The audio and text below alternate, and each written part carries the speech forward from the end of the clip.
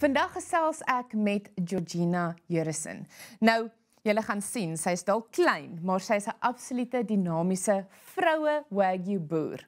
En ons gesprek gaan handel oor die feit dat mense wonder, is Wagyu vleis gesond en of nie gesond nie? So, kom ons vind uit. Georgina, dit is 'n voorreg om jou hier te hê.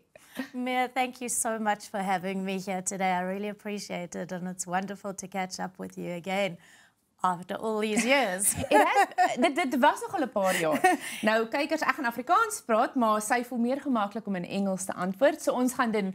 Georgina, die kwessie rondom Wagyu beef. Dit sal vir my wonderlik wees as jy vir my kan verduidelik. Vir iemand wat nog nooit die voorreg gehad het om 'n stukkie Wagyu te proe nie. Wat maak dit so uniek? Mia, for me, this is a labor of love, and it's a real passion. I come from 3 generations of cattle farming and butchery. I worked in the commercial beef industry for a long time. When I learned about Wagyu, I fell in love with the story, first of all. I hear you.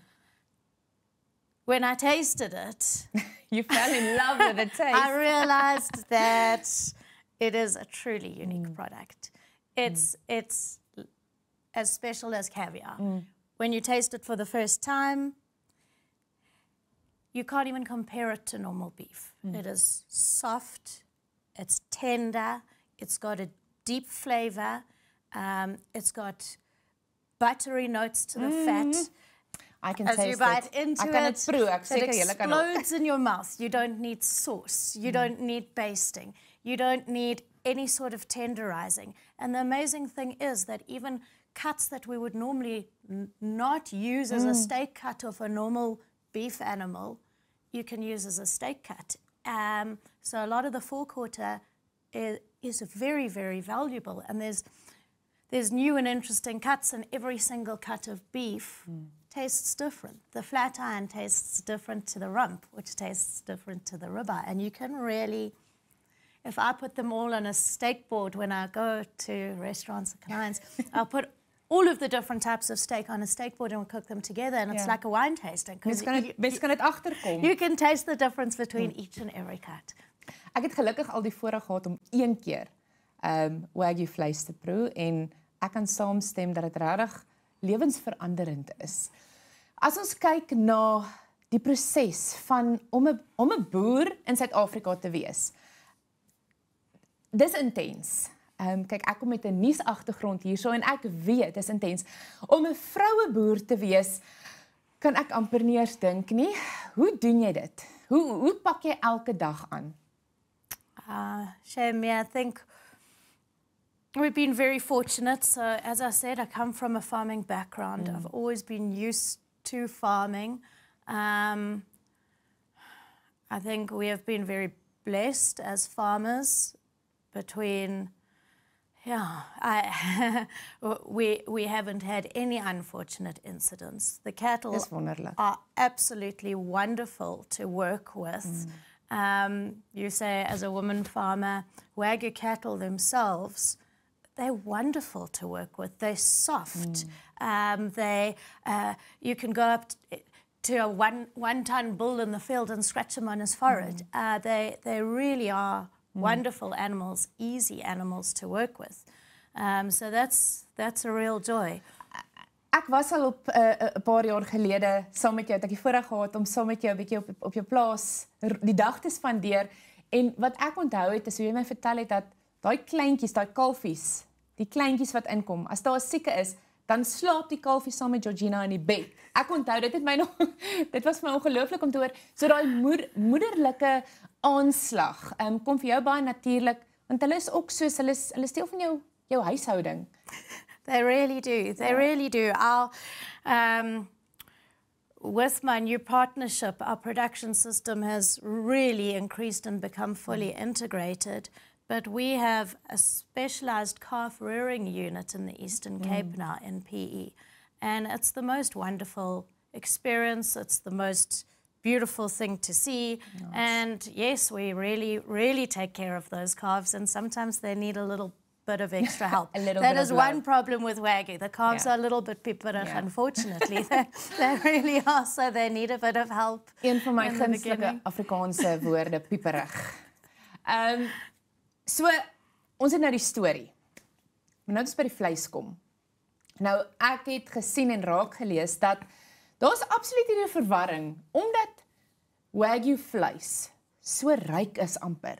Dink ek was daar die mispersepsie dat dit ongesond is, maar dis nie die geval nie, en dis iets wat jy al vir so lank weet, dit is eintlik so gesond vir 'n mens. Yes, there really is a misconception around that. Everybody thinks that fat, especially beef fat, is very unhealthy for us. And yeah, normal beef fat is. Normal beef fat is a saturated fat. It's a hard fat. Wagyu beef has a very, very high level of monounsaturated fats. Now, monounsaturated fats make it a very soft fat. That fat is so soft that if you put it in the palm of your hand, it starts to melt. Yes. Like so butter, literally. It's full of monounsaturates, which are naturally occurring. They presume that it developed uniquely in Wagyu because of the work that they did. They were draft animals. They worked very hard, so it was an immediate source of energy within their muscles for them. So all the marbling that you see in the beef, that is a monounsaturated fat. And that fat, monounsaturates are good for lowering cholesterol, they're good for your heart, they're good for your brain. At the same time, Wagyu beef also has high level of oleic acid, which is also very, very important for your heart, and also conjugated linoleic acid, or CLA. Yeah. And for all the gym people out there, we know CLA is a fat-burning fat, and it's extremely, extremely healthy for you. At the same time, Wagyu has less cholesterol than almost any other meat. Less cholesterol than chicken or rabbit or game, so it's healthy. We've got 1 or 2 minutes left. I think my last question would be, as jy kan teruggaan en 'n ander beroep kan kies, sou jy iets anders gekies het, of is hierdie iets wat jy oor en oor sou gedoen het, en net hoekom? Hoekom is dit vir jou so spesiaal? No, definitely this is exactly what I would be doing.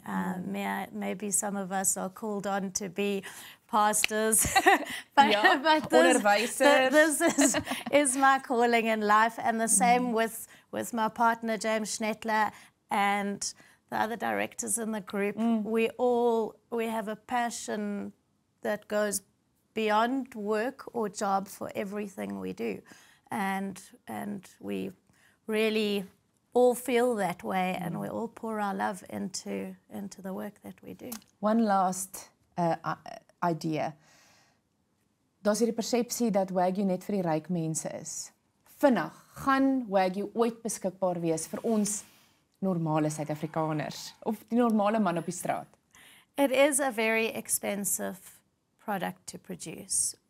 The Wagyu cattle are grown 3 times longer than commercial beef, which immediately makes their cost 3 times more to produce. So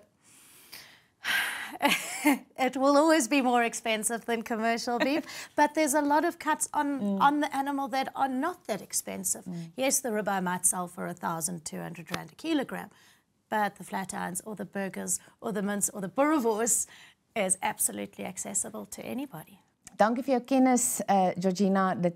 Ek is seker ons gaan weer 'n opvolg doen. Dankie vir jou inkom. Baie dankie.